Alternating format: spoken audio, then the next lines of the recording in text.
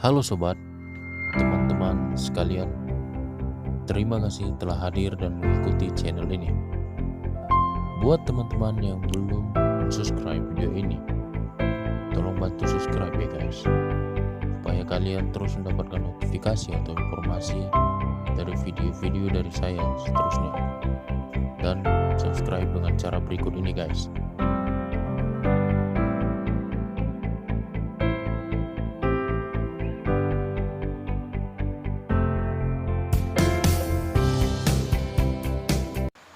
Pada kesempatan kali ini, kita akan ngebahas mengenai pembantaian Taiping.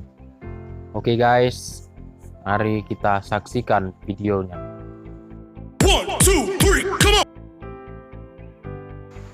Di Tiongkok Selatan, orang-orang Sintik atau Han melancarkan apa yang disebut sejarah sebagai pemberontakan Taiping atau pembantaian Taiping pada tahun 1853 hingga 1864 guys. Pemberontakan ini dipimpin oleh He Xuan yang dengan cepat diikuti oleh sesama orang Hakka maupun orang yang bukan Hakka, dan sebagian besarnya guys tersebar di Tiongkok Selatan. Dan basis operasi dari gerakan mereka ini merupakan perserikatan rahasia yang mengaku sebagai Kristen dan menamakan dirinya sebagai Perserikatan Pemuja Tuhan atau Allah. Akhir tahun 1850, Hong menyatakan untuk menggulingkan pemerintahan guys, atau King. Secara terang-terangan, satu kelompok terdiri dari pemerintahan dan kedua merupakan sejumlah besar pendeta Buddha dan Tao pada saat itu guys. Nah, pada tahun 1853, Nanjing jatuh ke tangan kaum pemberontak. Lalu Hong memproklamasikan dirinya sebagai Tian Wang untuk menumpas pemberontakan Taiping guys. Pemerintah Qing meminta Zheng Guofan pada saat itu untuk memimpin pasukannya mengalahkan para pemberontak guys.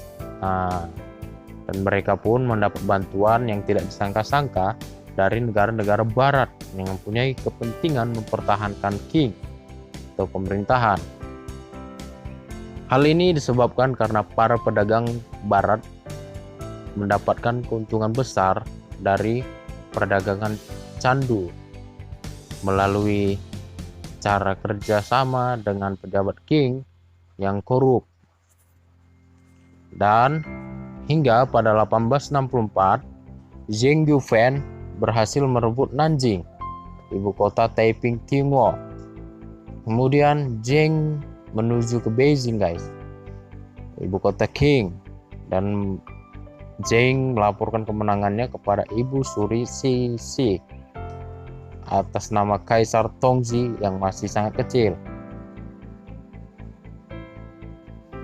Di bawah kekuasaan Ibu Suri Cixi, mulai sekitar pertengahan abad ke-19 sampai runtuhnya pada Dasawarsa pertama awal abad ke-20, Qing semakin lemah karena keserakahan dan salah kelola Ibu Suri, sehingga timbul kerusuhan dan pemberontakan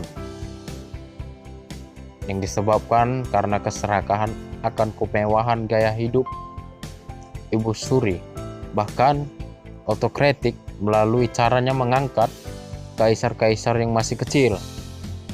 Kadang-kadang baru 3 tahun. Ini terjadi ketika Tiongkok harus menghadapi Jepang yang ingin menguasai Korea. Peperangan antara Jepang dan Tiongkok pada 1894, Jepang lebih unggul di darat laut. Kekalahan Tiongkok di laut disebabkan anggaran angkatan laut Qing digunakan untuk kepentingan pribadi Ibu Suri. Pemerintah Qing mengusulkan penyelesaian perang secara damai, dan sehingga pada tahun 1895 Perjanjian Shimonoseki ditandatangani oleh Li Hongzhang dengan Jepang yang merugikan pemerintah Qing karena harus menyerahkan Taiwan, Kepulauan Pascadores, serta mengganti kerugian perang sebanyak 200 juta tael bagi Li Hongzhang. Perjanjian ini merupakan penghinaan terhadap pribadi, bangsa, dan negaranya, sehingga menimbulkan dendam rakyat Tiongkok selama beberapa puluh tahun. Di Tiongkok, Zheng merasa perlu Tiongkok menandatangani perjanjian dengan Rusia, yang juga mempunyai kepentingan agar Manchuria tetap di tangan Qing, karena jika Jepang yang menguasai, keselamatan Rusia di Asia Timur juga akan terancam. Oke guys, itulah penjelasan singkat mengenai pemberontakan Taiping pada saat dipimpin oleh dinasti Qing. Terima kasih buat teman-teman dan sobat-sobat sekalian yang telah hadir dan menonton video-video dari pengetahuan sejarah.